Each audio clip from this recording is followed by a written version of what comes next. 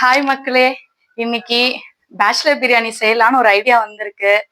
ஏன்னா இந்த எப்பயுமே செஞ்சுக்கிட்டே இருக்கேன். மண்டே டு ஃப்ரைடே ஏதாவது ஒண்ணு சமைச்சுக்கிட்டே இருக்கோம். சண்டே ஆனா பசங்களுக்கு நான்வெஜ் கம்பல்சரி தேவை. இன்னைக்கு ஈஸியா சீக்கிரம் முடிக்கலான்னு ஒரு விஷயம் யோசிச்சிருக்கேன். அதுதான் பேச்சுலர் பிரியாணி. வாங்க பார்க்கலாம். வாங்க ஸ்டார்ட் பண்ண. சாமியை கும்பிட்டுட்டு வேண்டிக்கிறேன், நல்லா சாப்பாடு வரணும். என்னடா பழைய குக்கர்ன்னு நினைச்சிடாதீங்க, இது எங்க மாமியாரோட குக்கரு. அது ஒரு ராசின்னு நினைச்சுக்கோங்களேன். மக்களே, பிரியாணி ஸ்டார்ட் பண்றதுக்கு முன்னாடி நான் என்னென்ன கட் பண்ணிருக்கேன், அதுக்கு என்னென்ன தேவைன்றத பார்க்கலாம் வாங்க. சிக்கன் பிரியாணிக்கு தேவை சிக்கன். நான் வந்து 3/4 கிலோ போட்டிருக்கேன். ஏன்னா 1 கிலோ சிக்கன் பிரியாணி பண்ணுவேன். 3/4 கிலோ சிக்கன் போட்டிருக்கேன். அதுக்கு தேவையான வெங்காயம் ஒரு 4 வெங்காயம் எடுத்திருக்கேன். சின்ன வெங்காயம் இதுக்கு போட்டா நல்லா இருக்கும். 6 பச்சை மிளகாய், 4 தக்காளி. ஓகேங்களா? இது கூட கொத்தமல்லி கொஞ்சம், புதினா கொஞ்சம். முதல்ல குக்கர் காஞ்சிடுச்சு. நான் வந்து கொஞ்சம் எண்ணெய் ஊத்துறேன். சரிங்களா? தேவையான அளவு கொஞ்சம் எண்ணெய், நான் கொஞ்சம் நெய்யும் ஆட் பண்ணுவேன். அதனாலதான் கொஞ்சம் இது பாதி அது பாதி யூஸ் பண்ணிட்டு இருக்கேன். நீங்க நெய் எந்த பிராண்ட் வேணா யூஸ் பண்ணிக்கலாம். இந்த பிராண்டு தான்ட்டு இல்ல. நான் சூப்பர் மார்க்கெட் போனேன்னா எது கம்மி விலையில இருக்கோ அந்த நெய்யை பார்த்து யூஸ் பண்ணிப்பாங்க. உங்களுக்கு எந்த பிராண்ட் பிடிக்குதோ, உங்க ஊர்ல எந்த பிராண்டு கிடைக்குதோ அதை யூஸ் பண்ணுங்க.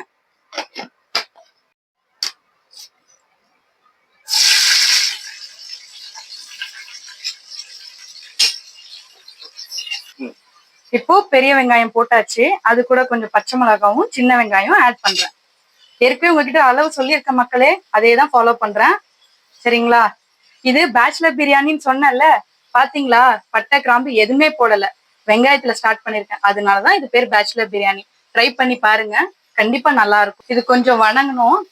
இது கொஞ்ச நேரம் ஒரு கிளாஸ் அந்த கன்சிஸ்டன்சில வரும்போது நம்ம தக்காளி ஆட் பண்ணிக்கலாம். சரிங்களா? ஏன்னா இதுக்கு தேவையானது ரொம்ப சிம்பிள். இந்த இன்கிரீடியன்ஸ், இந்த பிரியாணி செய்யறது ரொம்பவே ஈஸி. அதனாலதான் நான் உங்களுக்கு ப்ரிஃபர் பண்றேன். பேச்சுலர்ஸ் ஃபர்ஸ்ட் சேவ் பண்ணி நீங்க யூஸ் பண்ணிட்டு எனக்கு சொல்லுங்க. மக்களே, நான் இந்த ரைஸ் தான் யூஸ் பண்ணுவேன் பிரியாணிக்கு. சில டைம் சீரக சம்பாவும் யூஸ் பண்ணுவேன், சில டைம் பாஸ்மதி யூஸ் பண்ணுவேன். போன வாட்டி யூஸ் பண்ணேன், ரொம்ப நல்லா இருந்துச்சு. ஓகே, இப்போ 1 கிலோ பிரியாணிக்கு 4 டம்ளர், என்னோட டம்ளர் வந்து 4 டம்ளர் யூஸ் பண்ணனா 1 கிலோ பிரியாணி அரிசிக்கு ஈக்குவலா இருக்கும். சோ ஆல்ரெடி 1 போட்டிருக்கேன், இது 2வது, இது 3,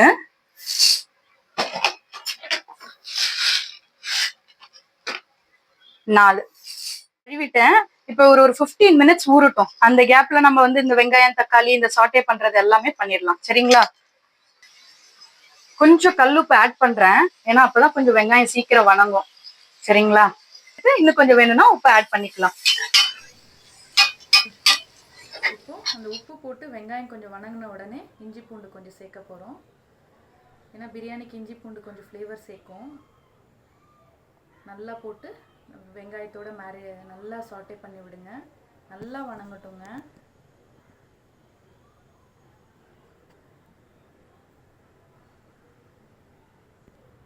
இப்போ கொஞ்ச நேரத்துல ஆயில் பிரிஞ்சு வருது பாருங்க. வணக்க ஆயில் வெளியே வருது பாருங்க. இந்த டைம் தான் நம்ம தக்காளி ஆட் பண்ணணும்.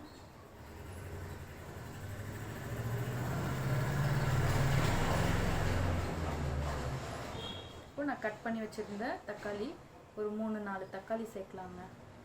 அதே அளவு தான். அதையும் இந்த வெங்காயத்து கூட இஞ்சி பூண்டு கூட சேர்த்து நல்லா மிக்ஸ் பண்ணி வணக்கி விடுங்க. இப்படி வணங்கி இந்த மாதிரி எண்ணெய் பிரிஞ்சு வரும்போது நம்ம இப்போ மசாலாலாம் சேர்க்கலாங்க. கொத்தமல்லி, புதினா இதெல்லாம் சேர்த்துக்கலாம்.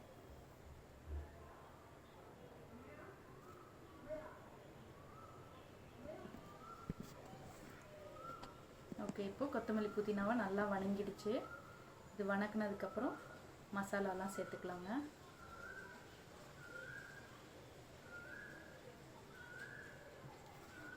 இப்போ நான் சொல்லியிருந்தேனுங்க, அந்த சீக்ரெட் மசாலாவை சேர்க்க போகிறோம் நம்ம.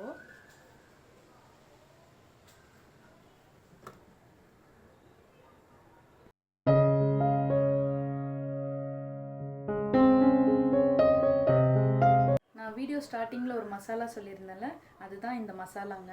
இதோட இன்க்ரீடியன்ஸ் வந்து நான் டிஸ்கிரிப்ஷனில் கொடுக்குறேன். அதுக்கு முன்னாடி நீங்கள் வந்து கமெண்ட் பண்ணுங்கள், யாருக்கு தேவைப்படுதோ கமெண்ட் பண்ணுங்கள், நான் உங்களுக்கு டிஸ்கிரிப்ஷனில் போடுறேன். இதை போட்டுட்டேன்.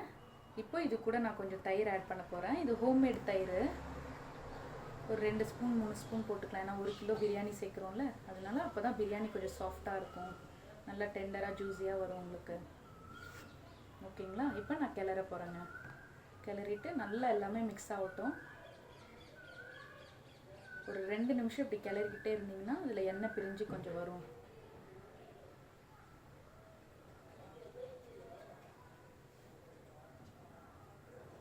இப்போ பாருங்கள், எண்ணெய் பிரிஞ்சிருச்சு பாருங்கள். இப்போ இது கூட நான் கொஞ்சம் லெமன் ஜூஸ் ஊற்ற போகிறேன். 1 kg பிரியாணிக்கு இவ்வளோ ஒரு லெமன் போதும், ஸ்மால் சைஸ் லெமனே போதுங்க. ஏன்னா இதிலே புளிப்பு எல்லாமே இருக்குது, தக்காளி நம்ம சேர்த்துருக்கோம்ல, இது போதுங்க. இப்போ இதை நல்லா கிளறி விடணும்.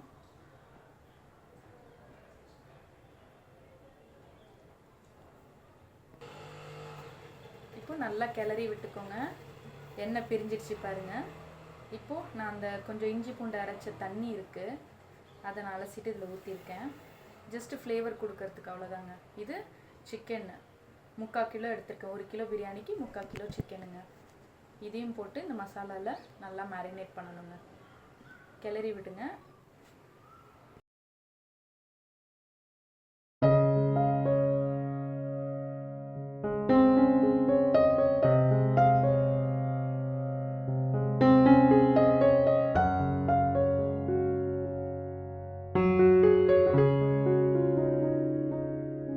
டென் மினிட்ஸ் ஆயிடுச்சுங்க. இப்போ வணங்கிருக்கான்னு பார்க்க போறோம். பாத்தீங்களா எப்படி கொதிச்சிருக்குன்னு? நல்லா வணங்கிருக்கு பாருங்க. அந்த ஜூஸ் எல்லாம் இறங்கி வந்துருச்சு. நான் எந்த மசாலாவும் ஆட் பண்ணல. ஆனா பாருங்க எவ்வளோ தண்ணி, இந்த மசாலா கலர் பாருங்க. எங்க அம்மா ஆல்ரெடி வந்து இந்த நான்வெஜ் செய்யறேன்னு சொல்லிட்டு தண்ணி எல்லாம் தனியா வச்சுட்டாங்கங்க, ஏன்னா எதுலயும் படக்கூடாதுன்ட்டு.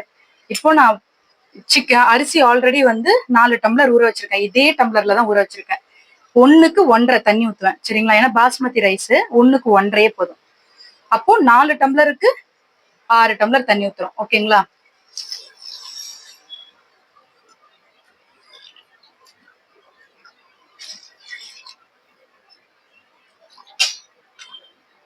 தண்ணி கொதிச்சிடுச்சுங்க. இப்போ நான் அரிசி ஆட் பண்ண போறேன், சரிங்களா? இப்போ அரிசி ஆட் பண்றேன். ஏன்னா 15 நிமிஷம் ஊற வைக்கணும்னு சொன்னாங்க, அதனால அரிசி ஆட் ஆன் பண்ணிருக்கேன். நீங்க எந்த அரிசி வேணா போட்டுக்கலாம். சீரக சம்பாவும் போட்டுக்கலாம், பாஸ்மதி போட்டுக்கலாம். நான் ஏன் பாஸ்மதி போட்டேன்னா, பிரியாணினா அந்த உதிரி உதிரியா இருந்தாதான் எல்லாருக்கும் பிடிக்குங்க. அதுவும் இது பேச்சுலர் ரைஸ்ன்றதுனால பசங்க சீக்கிரம் சீக்கிரம் சாப்பிட்டு போனோம்னா இதுதாங்க. இப்போ அரிசி போட்டுட்டேங்க. இது இந்த தண்ணியோட இந்த மசாலாவோட ஒரு கிண்டு கிண்டி விட்டுறலாம், சரிங்களா? அதுக்கப்புறம் விசில் போட்டுக்கலாம். ஒரு விசில் விட்டுட்டு ஒரு ஹை ஃப்ளேம்ல வந்து வெளில வரணும். அது உங்களுக்கு நான் காட்டுறேன், சரிங்களா? அப்போ நம்ம விசில் போட்டுட்டு ஒரு விசில் வந்ததுக்கு அப்புறம் நான் 7 நிமிஷம் சிம்மில்ல வச்சிருவேங்க. 7 நிமிஷம் வந்ததுக்கு அப்புறம் நீங்க ஓபன் பண்ணி பாருங்களேன், கம்ம கம்மன்னு வரும். இப்போ எல்லாம் கிளறியாச்சு. இப்போ குக்கரை மூடிட்டு இதுல ஹை ஃப்ளேம்ல வைங்க. ப்ரெஷர் வரும், ஹை ப்ரெஷர் வரும். அப்போ நம்ம விசில் போட்டு ஒரு விசில் விட்டதுக்கு அப்புறம் 5 நிமிஷம் 7 நிமிஷம் வரைக்கும் ஸ்லோ பண்ணிட்டு வைங்க. அதுக்கப்புறம் நான் அது மேல வந்து ஒரு பனானா லீஃப் போட்டு மூடி வைப்பேன். அது ஏன்னா அதுதான் இந்த பிரியாணியோட சீக்ரெட். ஃபுல் மாய்ஸ்சரையும் அப்சர்வ் பண்ணிட்டு நம்மளுக்கு நல்லா உதிரி உதிரியா கொடுக்கும். ட்ரை பண்ணி பாருங்க. இதுல இந்த ஃப்ளேம் வருது பாருங்க, நல்ல ப்ரெஷர், நல்லா வெளியே ஹை ப்ரெஷர் வரும்போது நான் விசில் போட்டுருவேங்க. இப்போ ஒரு விசில் விட்டு 7 நிமிஷம் ஸ்லோல வச்சுட்டு ஆஃப் பண்ணிடுங்க. இப்போ விசில ரிமூவ் பண்ணிட்டு ஓபன் பண்ணி பார்க்கலாங்க. பாருங்க அரிசி எப்படி உதிரி உதிரியா இருக்குன்னு. கலர் கூட பாருங்க, எக்ஸ்ட்ராவா நம்ம எதுவுமே போடல. தண்ணியும் கரெக்டா இருக்கு, அடியும் பிடிக்காம. இப்போ கிளறியாச்சு. கிளறினதுக்கு அப்புறம் வாழை இலைய போட்டுடலாம். போட்டு கொஞ்ச நேரம் மூடி வைக்கலாம், சரிங்களா?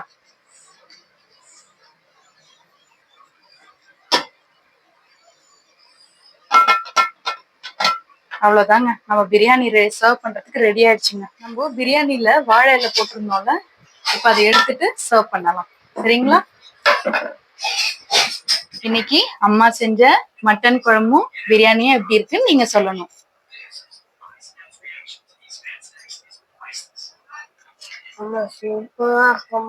சூப்பரா இருக்கா? அப்போ கண்டிப்பா லைக் பண்ணி ஷேர் பண்ணுங்க.